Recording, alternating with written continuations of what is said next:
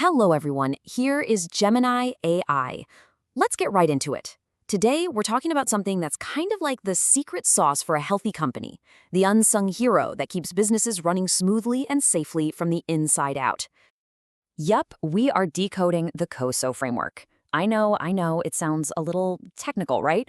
But stick with me. Have you ever wondered how big companies stop scandals before they start, or how they make sure the numbers they're reporting are actually, real?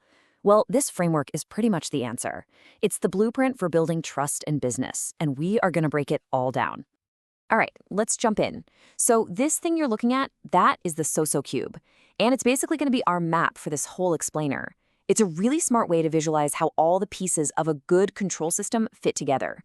You've got the 5 core components right on the front. That's the what. Then up top, you've got the 3 main goals. That's the why. And on the side, you can see the different parts of the company. That's the where. So what are we going to do? We're going to take this cube apart, piece by piece. So you might be asking, where did this thing even come from? Well, the COSO framework wasn't just cooked up in a lab somewhere. It was actually born out of crisis. I'm talking major financial scandals that completely shook the business world. Its importance really blew up after huge failures like Enron and WorldCom, which led to that big law, the Sarbanes-Oxley Act. You probably know it as SOX.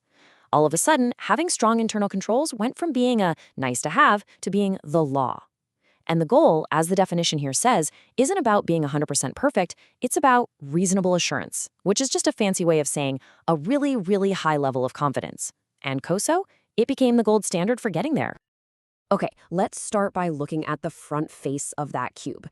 These are the 5 core components, the absolute pillars of internal control. You can think of them like the foundation of a house. If you get these 5 things right, you are definitely on your way to building a really strong, resilient company. First up, we have the control environment. And honestly, this one is huge. It's all about the company's culture, its ethics. You've probably heard the phrase tone at the top. That's what this is. It is the absolute foundation for everything else. I mean, think about it. If the leaders aren't walking the walk when it comes to integrity, the rest of this framework is just a house of cards waiting to fall over. It's all about the vibe, the standards, the structures that guide the whole company. And what's so cool here is how this breaks down that whole tone at the top idea into things you can actually do. It's not just about leaders giving nice speeches. It's about having a board of directors that's actually independent, one that's really keeping an eye on things. It's about setting up a clear structure so everybody knows who's responsible for what. It's about committing to hiring good people and, just as important, keeping them. And this last one is so important, enforcing accountability. It means that when things go wrong, someone is actually held responsible. Okay, so once you've got that strong foundation, that good environment, you move on to risk assessment. You can think of this as the company's radar, always scanning the horizon for what might be coming. It's not about just sitting around waiting for problems to smack you in the face. No, it's a constant, always-on process of looking for, analyzing, and figuring out how to handle any risk that could possibly get in the way of the company's goals. So how does the company actually pull this off? Well, first things first, you need to have super clear goals. I mean, you can't spot risks if you don't even know what you're aiming for, right?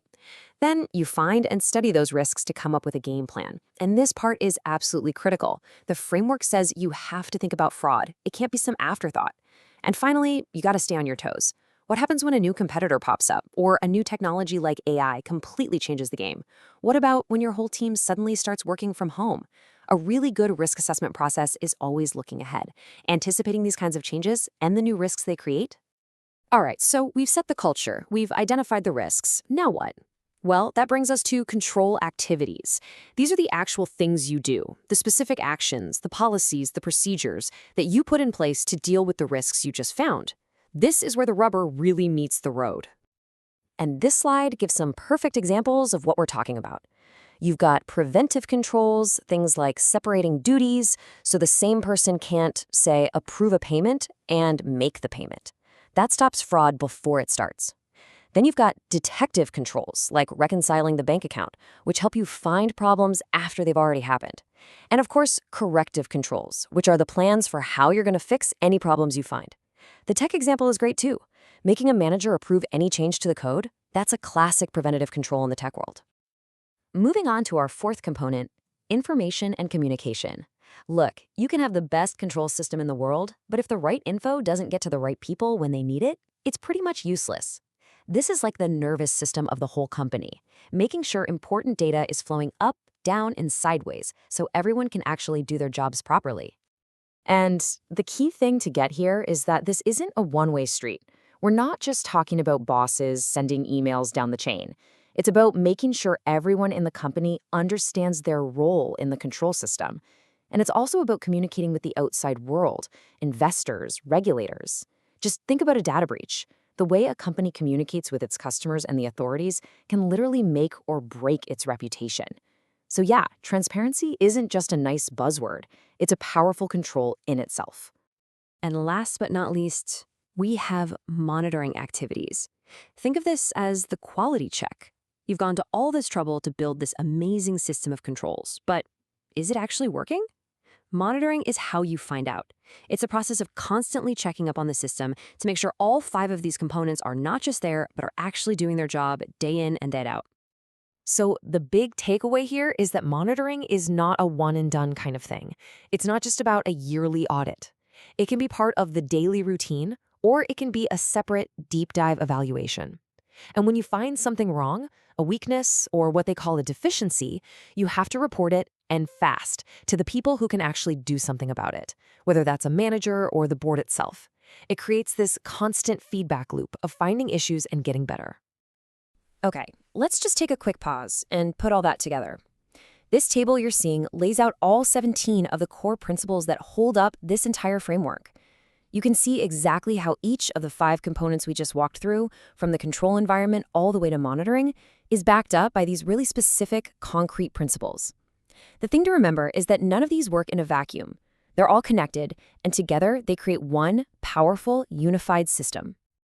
All right, we've handled the front of the cube. Now let's turn our attention to the top.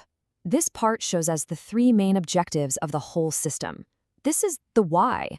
I mean, why go through all this trouble? What's the end game? What are we ultimately trying to accomplish with this framework? So the why really comes down to these 3 big things. First, you have operations. This is all about making the business run like a well-oiled machine, being efficient, hitting your goals, and keeping company assets safe. Second is reporting. This means making sure that any report you put out, whether it's for investors or just for your own managers, is trustworthy and transparent. And third, we have compliance. This one's pretty straightforward. It's about making sure the company is playing by the rules and following all the laws and regulations. Every single control you put in place should tie back to at least one of these goals. Okay, so we've got the pieces, the components, and we've got the goals, the objectives. But how does a company actually make this happen? Let's switch gears from the theory of the cube to what it looks like in the real world. How do you take all these ideas and turn them into a real functioning system of control? Well, it pretty much follows this logical 4-step process. First up is planning. You've got to really understand the framework and figure out how it fits with where your company is trying to go. Next, you evaluate and document. You take a hard look at what you already have in place and figure out where the holes are. Step 3 is remediation. That's just a fancy word for fixing the gaps you found. And finally, you test and report. But here's the thing. It's not really final. What you find during testing feeds right back into the planning stage. It becomes this continuous loop of getting better and better, which is what keeps the system strong over time. Now, this is super interesting. Getting this right isn't like flipping a switch. It's really a journey, a path to maturity. A lot of companies start out at level 1, which is informal. You know, things are chaotic, and you're relying on a few people to save the day. The whole point is to climb up this ladder. You move from that chaos to having standard processes, then to actively managing how you're doing, and finally, hopefully, you reach level 4, optimized. That's the dream state, right? Where controls are automated, you're using data to predict risks before they even happen, and you're monitoring everything constantly, in real time. So we've taken the cube apart, looked at all the pieces, and put it back together. We've talked theory, and we've talked practice. So let's bring it all home and talk about why this framework really truly matters, especially in the crazy, complex business world we live in today. Look, no framework is perfect, so it's only fair to look at both sides. On the plus side, COSO gives everyone a common language to talk about this stuff. It's super flexible. It can work for a tiny startup or a massive corporation. It's basically the gold standard for SOX compliance, which is huge. And it really pushes you to look at your whole organization, not just bits and pieces. But on the other hand, it's easy to fall into a check-the-box mentality if you're not careful. It can also be pretty resource intensive to get it up and running. And that flexibility we mentioned, sometimes that can be a downside because it can be a little vague and leave things open to interpretation. But at the end of the day, here's the bottom line. The single greatest strength of this framework, and the reason it's been around for so long, is how adaptable it is. See, it's based on principles, not a rigid set of rules. And that means it stays relevant, even as the world and its risks change. I mean, today, companies are using it to build controls for cybersecurity. They're using it to handle new demands for reporting on things like ESG, that's environmental, social, and governance stuff. The exact same core ideas that protect financial numbers can be used to make sure a company's claims about its carbon footprint or its diversity efforts are actually legit. And all of this leaves us with one last really important question to think about. In a world that's changing faster than ever, the big challenge isn't just putting this framework in place. The real challenge is making sure your controls are more than just a checklist you have to get through for the auditors. So how do you make this stuff a living, breathing part of your company's culture, its actual DNA? Because that's the secret to being truly resilient.